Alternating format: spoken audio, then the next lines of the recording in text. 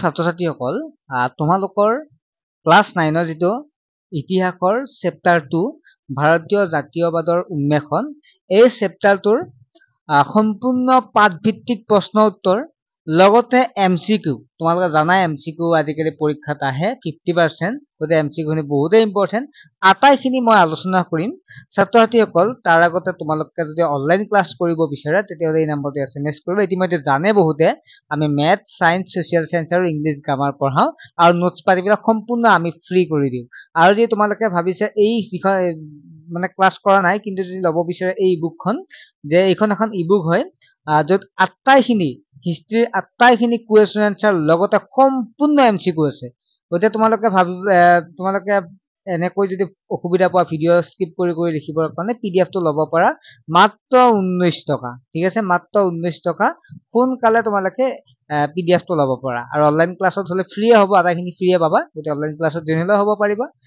তোমালোকৰ math science social science আৰু English grammar চাৰিটা বিষয় পোৱা লাইভ ক্লাছ ৰতে বুজোৱা হয় গতে ছাত্ৰসকল 99 টকা মাহেলি মাত্ৰ গতে 99 টকা বহুতো নহয় তোমালোকে আটাইখিনি শিকিব পাৰিবা কাৰণ আজিকালি সুবিধাই হৈছে হাতৰ মোবাইলটো থাকিলে আটাইখিনি কৰিবই পাৰি সো হে জয়েন হলে হ'ব পাৰিবা ঠিক আছে আৰু ইবুকখন যে লাগে তেতিয়া 19 টকা আৰু অনলাইন ক্লাছত জয়েন হলে ইবুকখন ফ্ৰী দিয়া পাবা ইবুক বুলি না আটাইবিলাক নোটছ ফ্ৰী দিয়া পাবা এতিয়া আমি আহিছো প্ৰশ্নখিনিলৈকে অতি চমু বা চমু উত্তৰৰ প্ৰশ্ন যেটা আছে ভাৰতীয়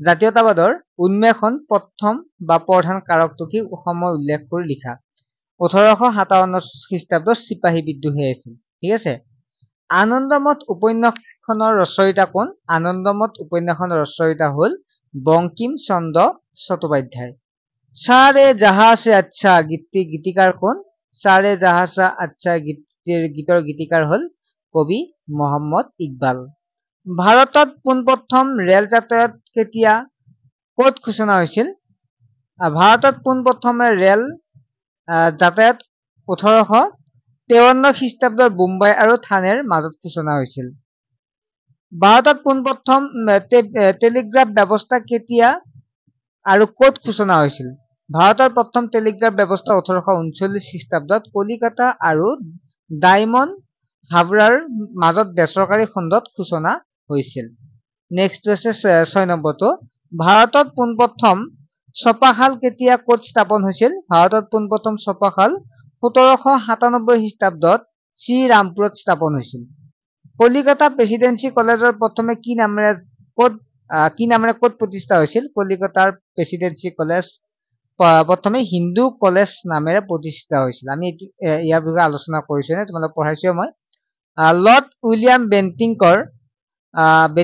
বেন্টিংৰ দুটা উল্লেখযোগ্য সমাজ সংস্কাৰৰ বিষয়ে লিখা এক নম্বৰটো স্ত্ৰী শিক্ষা বিস্তাৰৰ বাবে গুৰুত্বপূৰ্ণ ভূমিকা লৈছিল সতীদাহ প্ৰথাৰ আইনী প্ৰক্ৰিয়াৰে নিবাৰণ কৰিবলৈ অশেষ চেষ্টা কৰিছিল ভাৰতীয় সংবাদপত্ৰৰ ইতিহাসৰ প্ৰথমখন বাতৰি কাকত কি ভাৰতীয় সংবাদপত্ৰৰ ইতিহাসৰ প্ৰথমখন বাতৰি কাকত হল বেংগল গেজেট নেক্সট হল চমু উত্তৰৰ প্ৰশ্ন চিপাহী বিদ্ৰোহে কেনেকৈ ভাৰতীয় জাতীয়তাবাদৰ উন্মেষ ঘটাইছিল চমুকৈ লিখা 1857 খ্ৰীষ্টাব্দৰ বিদ্ৰোহ আছিল এক প্ৰকাৰ ৰাজনৈতিক মুক্তিৰ আন্দোলন কাৰণ চিপাহী বিদ্ৰোহৰ যোগেদি বিদ্ৰোহীসকলে ইংৰাজৰ শাসন উফৰাই মোগল শাসকক সিংহাসন বহুৱাবলৈ চেষ্টা কৰিছিল বা বহুৱাবলৈ বিচাৰিছিল ইংৰাজ প্ৰশাসনে ভাৰতীয় পাশ্চাত্য শিক্ষাৰ সংস্কৃতিৰ লগত পৰিচয় কৰাই দিয়াত ভাৰতীয় দৃষ্টিভংগীৰ পৰিৱৰ্তন হৈছিল তেওঁলোকৰ মনত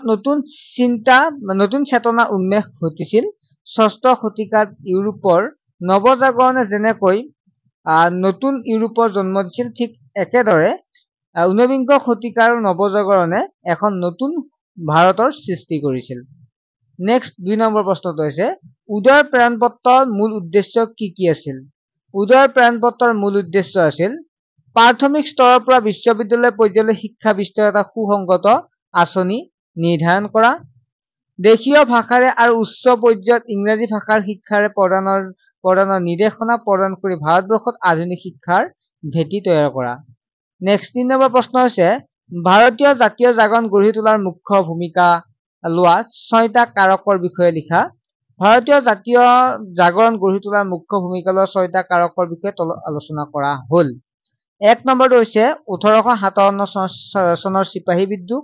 2 নম্বৰ হৈছে পাশ্চাত্য শিক্ষাৰ দুৱাৰ মুকলি কৰি দিছিল। ব্ৰিটিছে যাৰ শিক্ষাৰে শিক্ষিত হৈ ভাৰতীয়সকলে প্ৰতিদানত ব্ৰিটিছসকলৰ ঔপনিৱেশিক শোকৰ ৰূপত বিৰোধী কৰিবলৈ আৰম্ভ কৰিছিল। ব্ৰিটিছসকলে 1853 খ্ৰীষ্টাব্দত ভাৰতবৰ্ষত কৰা ৰেল সূচনা, লৰ্ড উইলিয়াম বেণ্টিঙৰ সংস্কাৰ কৰ্মী উদ্যোগৰ সহায়ত ৰাজা ৰামমোহন ৰায়ে ভাৰতৰ ভালেমান কুসংস্কাৰ অৱসান ঘটাবলৈ সক্ষম হৈছিল।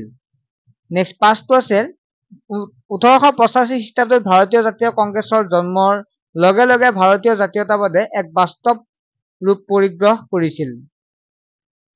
নেক্সট 6টো আছে ব্ৰিটিছৰ আমোলত গঢ়ি উঠা ভাৰতীয় জাতীয়তাবাদৰ উত্থানত ৰাজা ৰামমোহন ৰায়ৰ পিছতে বাল গংগাধৰ তিলকৰ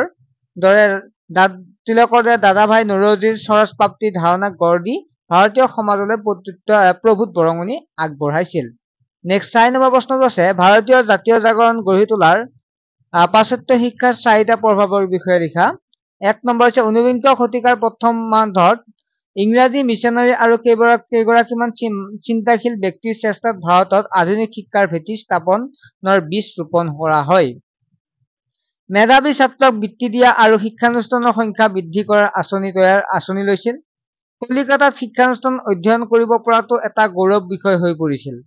কলিকতাত গঢ়ি উঠা শিক্ষিত সমাজখনৰ পৰাই প্ৰথম জাতীয় চেতনাৰ বিকাশ হৈছিল। ঠিক আছে, জাতীয় চেতনাৰ বিকাশ হৈছিল। নেক্সট হ'ল ভাৰতীয় জাতীয় জাগৰণ গঢ়ি তোলাত যাতায়াতৰ উন্নতিয়ে কেনেধৰণৰ প্ৰভাৱ পেলাইছিল লিখা। কোম্পানীৰ শাসন আৰম্ভ হোৱাৰ লগে লগে ভাৰতত আভ্যন্তৰীণ যাতায়াত ব্যৱস্থাৰ আমূল পৰিৱৰ্তন সাধন হয়। ভাৰতত কেঁচা সামগ্ৰী ক্ৰয় কৰিবলৈ আৰু ইংলেণ্ডত প্ৰস্তুত কৰা শিল্পজাত সামগ্ৰী ভাৰতবৰ্ষত বিক্ৰী কৰিবলৈ ভাৰতবৰ্ষৰ যাতায়াত ব্যৱস্থা উন্নত কৰা হৈছিল। 1883 চনত অসমৰ শদিয়াৰ পৰা ডিব্ৰুগড়লৈকে ৰেল যোগাযোগ আৰম্ভ হয়। অসমত চাহপাত উৎপন্ন আৰু ব্যৱসায় সম্প্ৰসাৰণৰ বাবে এই ৰেল পথটো নিৰ্মাণ কৰা হয়। 1839 চনত কলিকতা আৰু ডায়মণ্ড হাৰ্বাৰৰ মাজত বেচৰকাৰী খণ্ডত প্ৰথমটো টেলিগ্ৰাফ লাইনৰ ব্যৱস্থা প্ৰৱৰ্তন হয়। এনেদৰে ভাৰতীয় জাগৰণ গঢ়ি তোলাত যাতায়াত উন্নতিৰ প্ৰভাৱ পেলাইছিল। ভাৰতীয় জাতীয় জাগৰণ গঢ়ি তোলাত ৰাজা ৰামমোহন ৰায়ৰ অৱদানৰ বিষয়ে লিখা। ব্ৰাহ্ম সমাজ ৰাজা ৰামমোহন ৰায়ে প্ৰতিষ্ঠা কৰিছিল। ভাৰতবাসীৰ মাজলৈ জাতীয় জাগৰণ কঢ়িয়াই অনা প্ৰথমগৰাকী ব্যক্তিৰ নাম হৈছে ৰাজা ৰামমোহন ৰায়। তেখেতক আধুনিক ভাৰতৰ জন্মদাতা বুলিও অভিহিত কৰা হয়।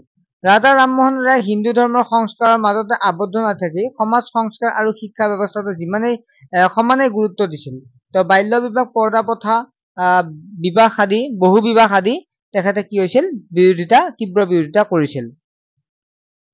ভাৰতীয় জাতীয় জাগৰণ গঢ়ি তোলাত দয়ানন্দ সৰস্বতীৰ অৱদানৰ বিষয়ে লিখা। সংস্কৃতৰ বিজ্ঞ পণ্ডিত স্বামী দয়ানন্দ সৰস্বতীয়ে পঞ্জাৱত আৰ্য সমাজ প্ৰতিষ্ঠা কৰিছিল। ব্ৰাহ্ম সমাজৰ দৰে আৰ্য সমাজৰ এক ঈশ্বৰ বিশ্বাস কৰি দেৱ দেৱী উপাসনা আৰু মূৰ্তি পূজাৰ আখৰতা জনগণৰ মাজত প্ৰচলন কৰিছিল। হিন্দু সমাজৰ বাল্য বিবাহ, জাতি ভেদ, বহু বিবাহ, স্ত্ৰী শিক্ষাৰ বিস্তাৰৰ বাবে আগভাগ লৈছিল। আৰ্য সমাজে সমুদ্ৰ যাত্ৰাত সমৰ্থন জনাইছিল আৰু সকলোবিলাক অন্ধবিশ্বাস পৰিহাৰ কৰিবলৈ চেষ্টা চলাইছিল। 8 নম্বৰ প্ৰশ্নটো আছিল ভাৰতীয় জাতীয় জাগৰণ গঢ়ি তোলাত কেশৱ চন্দ্ৰ সেনৰ অৱদানৰ বিষয়ে লিখা। কেশৱ চন্দ্ৰ সেন ব্ৰাহ্ম সমাজৰ আৰ্হিত মহাৰাষ্ট্ৰত 1867 খ্ৰীষ্টাব্দত প্ৰাৰ্থনা সমাজ প্ৰতিষ্ঠাৰ সূচনা কৰিছিল। প্ৰাৰ্থনা সমাজে সমাজ সংস্কাৰ ক্ষেত্ৰত অধিক গুৰুত্ব দিছিল। সমগ্ৰ দক্ষিণ ভাৰতত এই অনুষ্ঠান সংস্কাৰমুখী এটা প্ৰবল আলোড়ন সৃষ্টি কৰিব পাৰিছিল। ভাৰতীয় জাতীয় জাগৰণত গঢ়ি তোলাত ৰামকৃষ্ণ পৰমহংসৰ অৱদানৰ বিষয়ে লিখা। ৰামকৃষ্ণ পৰমহংসৰ মতবাদক কেন্দ্ৰ কৰি ৰামকৃষ্ণ মিছন গঢ়ি উঠিছিল। ৰামকৃষ্ণ পৰমহংস এগৰাকী সহজ সৰল ব্যক্তি আছিল। অতি সুন্দৰ উপমাৰে তেওঁ ধৰ্মৰ বিশ্লেষণ আগবঢ়াইছিল আৰু অনুগামীসকলক মুগ্ধ কৰিব পাৰিছিল। ৰামকৃষ্ণ মিছনৰ প্ৰতিষ্ঠাপক আছিল স্বামী বিবেকানন্দ। কলিকতা বিশ্ববিদ্যালয়ৰ কৃতী ছাত্ৰ বিবেকানন্দই ৰামকৃষ্ণ পৰমহংসৰ প্ৰতি আকৰ্ষিত হৈ তেওঁ শিষ্যত্ব গ্ৰহণ কৰিছিল। গুৰুৰ মৃত্যুৰ পিছত তেওঁ 1887 খ্ৰীষ্টাব্দত এটা মঠ প্ৰতিষ্ঠা কৰিছিল। 10 নম্বৰ হৈছে ভাৰতীয় জাতীয় জাগৰণ গঢ়ি তোলাত এনি বেচেণ্টৰ অৱদানৰ বিষয়ে লিখা। 1875 খ্ৰীষ্টাব্দত আমেৰিকাৰ নিউয়ৰ্ক চহৰত এটা আন্তঃৰাষ্ট্ৰীয় অনুষ্ঠান প্ৰতিষ্ঠা কৰা হয়। এই অনুষ্ঠানটোৰ নাম থিঅ'ছফিকেল ছ'চাইটি। এনি বেচেণ্টে ভাৰতবৰ্ষত মাতৃভূমি হিচাপে আঁকোৱালি লৈছিল। তেওঁ কৰ্মস্পৃহা আৰু চিন্তাৰ বিশদতাই ভাৰতীয়ক অনুপ্ৰেৰণা যোগাইছিল। 11 নম্বৰ প্ৰশ্নটো হৈছে আলিগড় আন্দোলন কি? এই আন্দোলন মুছলমানসকলক কেনেদৰে আধুনিক চিন্তা চৰ্চাত পথ দেখুৱাইছিল? ভাৰতীয় মুছলমান সমাজৰ আলিগড় শিক্ষানুষ্ঠানৰ মাধ্যমে আধুনিক শিক্ষাৰে শিক্ষিত কৰি তেওঁলোকৰ মাজত জাতীয়তাবাদী ভাৱ চিন্তা সঞ্চাৰ কৰাটোকে আলিগড় আন্দোলন বোলে। মুছলমান সমাজৰ আধুনিক চিন্তা চৰ্চাৰে পুনৰুজ্জীৱিত কৰি তোলা ক্ষেত্ৰত ছাৰ ছৈয়দ আহমদ খানৰ অৱদান উল্লেখযোগ্য।